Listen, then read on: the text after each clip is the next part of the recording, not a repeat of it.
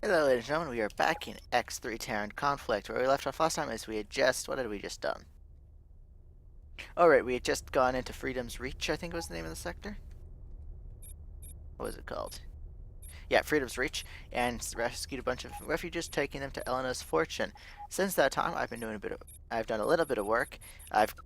Using the TM, I've consolidated all my fighter class prototype ships into the Zephyrus, so they're now stored in one place, so I don't have them scattered all over the place. And I have the Zephyrus docked at the energy complex. I haven't done much. I haven't scattered about the freighters, but you see there's a new ship here, the Mercury Hauler. I have that docked in. That's going to be the ship we use to break open the asteroid. It's equipped. Okay, it's not equipped yet, but aboard the Vanguard, our ship, we do have a mobile drilling system for it. So we'll be equipping that to the freighter and then going to kill the asteroid. But not first things first. Let us head off to the massive sector Aldrin to see if we can find out more about the Xenon threat in Freedom's Reach right now. Jump device charging. So off we go. 10%. Can I fast forward this one since I didn't use the 20, autopilot? 30. Yes, I can. Awesome.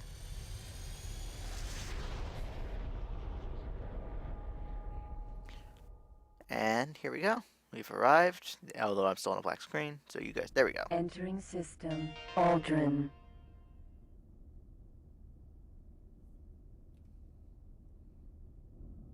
Really? They're making me look for a station? Crap, this place is freaking massive and they expect me to go hunting for a single space station. Looks like there's a solar power plant over there, so let's make our way over there. Unless I can see something closer. Oh no! Asteroid. Is that one within sensor range? Aldrin Energy Oh, Production Base. I have a feeling that one's a little closer. Epsilon. Yeah, I mean, at least this one we can see how close it is.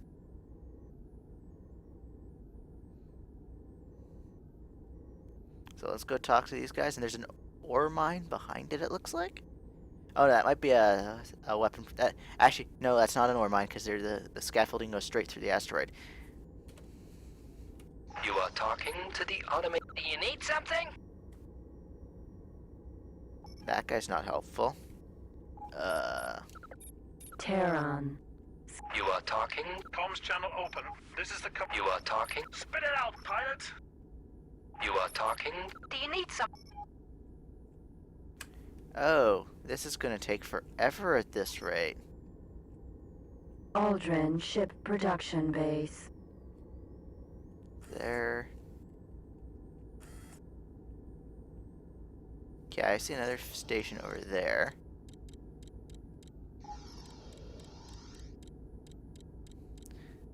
Yeah, as you can see, yeah, this place is fairly massive because look how far away the ship production base we just targeted is, and compared to how small our sensor bubble is. So we just gotta go hunting, it looks like. Unless we can get a little pop-up. More asteroids.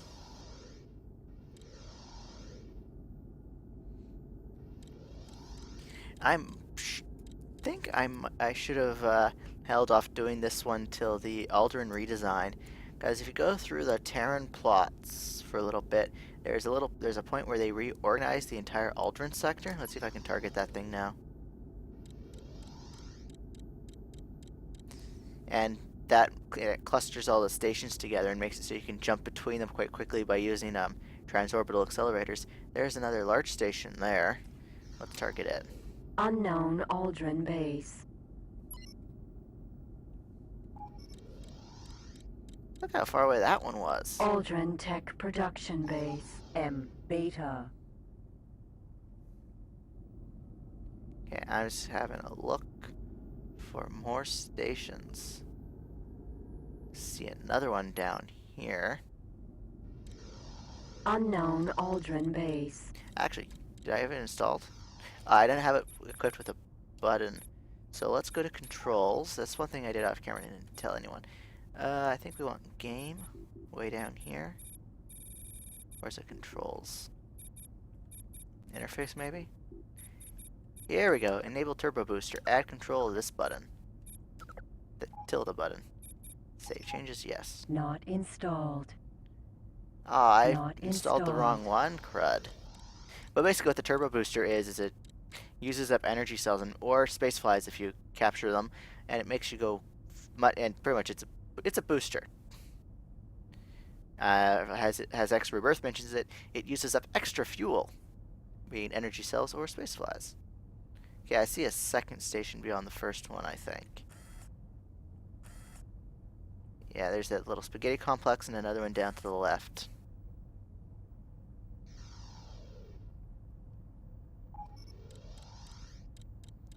We've almost gone around the station, the asteroid.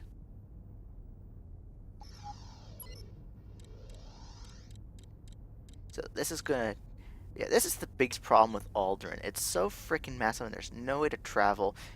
I kind of want to see Aldrin revisited in X Rebirth. Aldrin would have turned out a lot better in Rebirth than in this game. But unfortunately, there's no other way for them to handle something like this in Terran Conflict. That'd be because I can't even use autopilot in this game, in this sector, because of the way the collision detection works. This asteroid to our left has such a big collision box that it renders autopilot virtually useless in this system. The best way to actually use Aldrin. Did that thing just kind of blink into existence, that asteroid over there on the left, or was I just not paying attention? The best way to actually use Aldrin is if you're using it entirely out of sector. Like the way I normally explore it is I get an Aldrin M5 and have it follow an energy transporter, and it just flies around exploring everything but the shipyards and the equipment docks, because neither of them have it. No, nothing there. Let's try. Is there any others? Well, let's target the big one. Unknown Aldrin base. Nope. So still no sign of it. On the other hand, we're exploring Aldrin. Yeah. And there's Aldrin ships are quite fast. So actually what I normally do is if I want to, I'll show you actually. As you can see here, they actually do, they do have their own little, they have a little micro economy going on. And if you want in game, you can actually set up a bunch of, I think the recommendation is either minstrels or spring blossoms. Equip them with the trading software, the Mark III stuff, and make sector traders throughout Aldrin just to keep its little economy going. Aldrin weapon production base. M beta. Yeah, and the entire purpose of that would be to produce the prototype weapons that you can see here. But it looks like Aldrin is being fairly independent in this game. Is that another station over there? No, that's just an asteroid. I saw another one down there. Aldrin ship production base. Found him, and it's only 200 kilometers out. That was productive. Let me guess, was it? Actually, it would have been about twice the distance anywhere, because I arrived right here, and either way I've gone all the way around like that to get there. I think actually this is slightly shorter. And even if I had fully explored it, we'd have still been making this extremely long journey around the planetoid, because the jump, like I said, we arrived here because that's where the jump beacon is, and we'd have had to make that huge long journey around it. So while we're swinging getting towards the shipyard, we're going to swing down to that station just in front of us. Okay, and what's really bad is our comm doesn't even go beyond 25 kilometers, so we can't even comm them this early. So we've got that station. Let's make a beeline for it.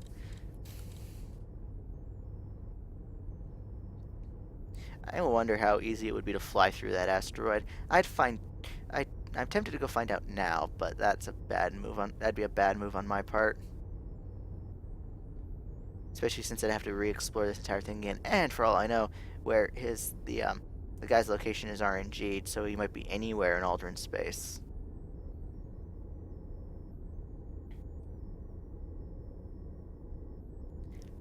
Actually, it might be worth it.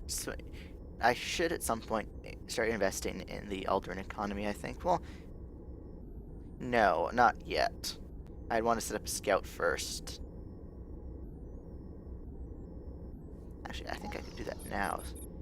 I don't see any Eldrin energy transports though, so it wouldn't be worth it yet. 80 kilometers, almost there. Actually, is that both ship production bases and both of... Yep, that's both energy Eldrin bases and both ship production facilities. Sweet, so if I do start exploring, I don't have to worry about the, What's that noise? Oh, it's the headset. In-game sounds. 45 kilometers. Where's my mouse? 40. And look, the collision detection. I'm 36 kilometers out and the collision detection just went off. And 25 kilometers. You are talking to the automated interaction system. Make your request. And we're talking to engineer Jens Ka. Is there something I can help you with? I'm searching for Bolahi. It's a creature called a boron. Incoming message. Hello? What the hell is a boron? I'm sorry, but I can't help you. You should visit Professor Ketrar. He is normally present at the unknown Aldrin base. For many years, he has been welcomed to everyone who's visited our system. Maybe he knows... Wait. I just realized. Professor Ketrar. Ketrar is a forum user, is one of the members of the Egosoft forums. I'm not sure if he's a moderator or higher up, but he does mods and stuff. And he's been around forever. So you can definitely tell this is one of the missions that was crowdsourced. Not crowdsourced, but built by the community. Dock at unknown Aldrin base. Unknown Aldrin base. Well, this episode's... You know what? I'm actually gonna cut it here, and I will be back once we're across the system. So, be right back. Alright, we're back, and I almost ran into some ship, but as you can see there, we're almost docked. We're just coming in. And I did do what I said I did. I bought myself a small scout. Sticker fade. And I have set it to follow an energy transporter, Spring Blossom cast, because this thing can outpace anything in Aldrin. It's kind of hectic one, and it's gonna be useless until we leave the system, and that's when it can finally actually catch up to the Spring Blossom. Successfully docked. But for now, Greetings, it's set. friend. We have it. bid you a It's assigned to a heartfelt ship. welcome to It's this gonna go. Terran station. Connection to local trading network established. Hop to Ketrar. Spit it out, pilot! Hello. I'm searching for a barn called Balahi. Oh, yes, he's here. One moment. I'm switching to conference talk. Fortunately, they couldn't actually do this in the game engine. And they also didn't get writers. Incoming message. Voice actors. So here we go. Balahi, good day and hello, Tupmank Alunks. My esteemed and reliable colleague has told me that you're searching for me. How may I assist you?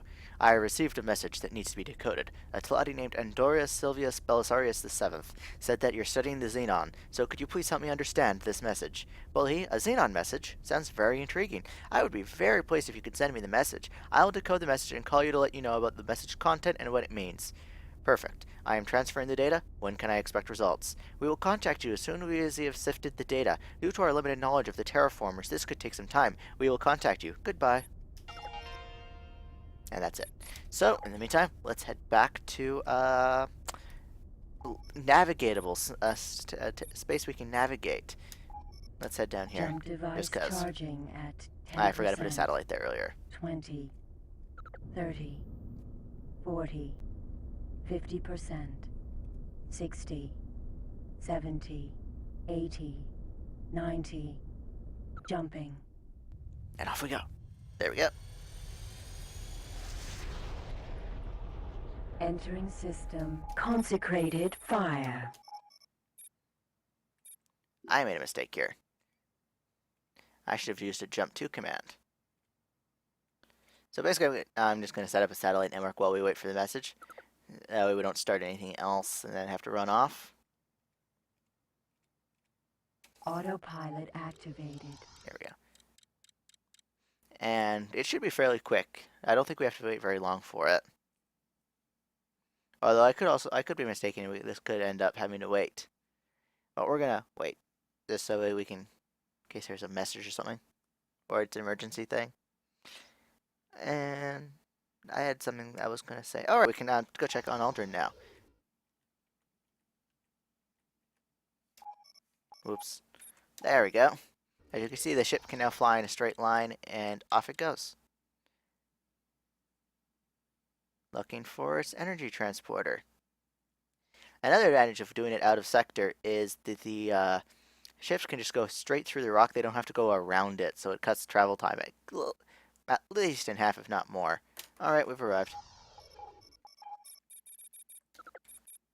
Navigation relay satellite ejected. So let's go back and have a look. Here we go. So it's still going after its quarry. Yeah. It's not too much slower than the spring blossom. Incoming So, there we go. message. Talk to we have to go back. Please return as quickly as possible. I'll be back in a minute. Alright, we're back. Hopefully we don't have to dock. You are talking to the automated interactions. Spit it out, pilot! So, what did you make of the message? Please wait a moment, I'll switch to conference.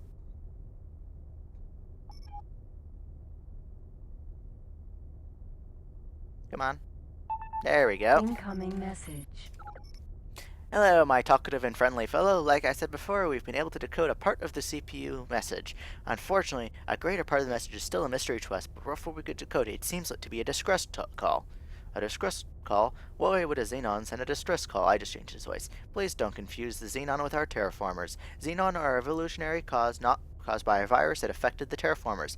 The ship that sent you the message is actually a terraformer.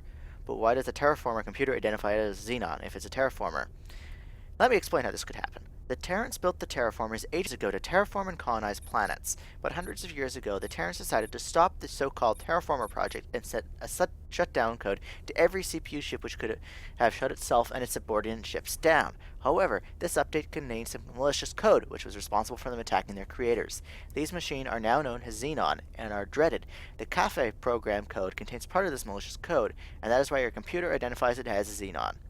Well, so far I understand it, but why would on Earth would a Xenon? Why would a parent say why on Earth? Why? That doesn't make any sense. Anyways, well, so far as I understand it, but why on Earth would a Xenon send an emergency call to me? I'm the last one who could help with this Xen terraformer.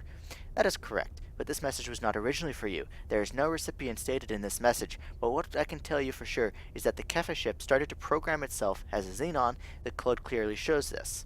I assume that you don't know how to stop this process. That means we have to stop the ship at all costs, so that an incident like that in Black Hole Sun can't be repeated. That is true. Bolahi says, no, that is not true. We may not know the intended recipient of this message, but I know the final address of this message. You know the actual recipient of the message? Yes. What I can tell you now is strictly classified, but I'm authorized to tell you these facts. Strictly classified, but I'm allowed to tell you. That makes perfect sense. Anyways, several years ago, 2 CPU ships arrived in our region in the universe. One of these ships caused a supernova and black hole sun and destroyed the system. It is generally known how it came to be destroyed. The second CPU ship was destroyed, but the first one, EFA, should still be in its refuge. Perfect. You know of a second CPU ship and you didn't tell me? Nobody could have foreseen what has taken place. When the 2 CPU ships arrived in the Boron Kingdom, decided to give them some sectors beyond our territories. We could not allow the other races to destroy these ships because they had developed sentience. Slaughtering these ships would be genocide and not an acceptable solution. Professor Ketra, you are talking about machines. How could they achieve sentience? Well, Alpha and Def have reached sentience. They are aware of their own existence and the mistakes they have made. They are able to learn and increase their knowledge, well, at least EFA still is. Machines can achieve sentience. How is this possible? I can answer that because I don't know how this evolutionary process works, but I definitely know that it happens. I have seen some evidence of this process from data gathered from EFA. This message, however, contains coordinates and a clear destination, but for an unknown reason, the message did not reach the recipient.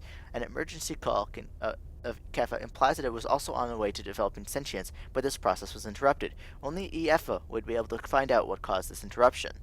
Is it possible to send Tumonk Alanx with the coordinates to EFA and transmit the message? Well, hey, definitely. By using the unfocused jump drive, Tumonk should be able to reach the CPU ship, EFA. I'm able to transfer the data to the ship computer.